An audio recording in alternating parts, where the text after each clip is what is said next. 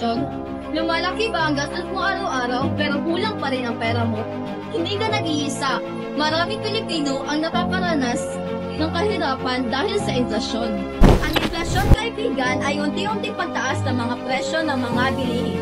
Ang kanin na dati 10 piso lang, ngayon ay 15 na.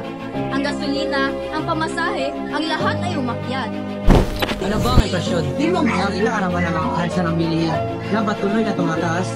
Yan ang inflasyon. Ang sa inflasyon, mas kaunting fluktuasyon ito na ang mabibili mo gamit ang parehang pera.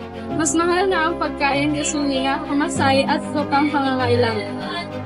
May iba't ibang dahilan ng inflasyon tulad ng pagtaas ng demand, pagtaas ng gastos sa produksyon, at pagtaas ng supply ng pera.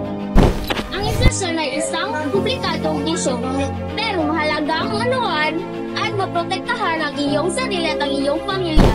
Pero huwag kang mag-alala, may solusyon. Alamin ang mga paraan para protektahan ang iyong sarili at ang iyong pamilya mula sa matinding epekto ng inflasyon. At magplano.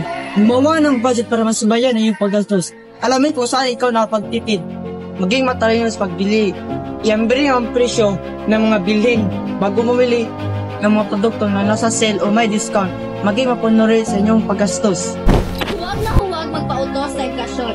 Gamitin ang mga tips upang maproteksyonan ang inyong kinabukasan.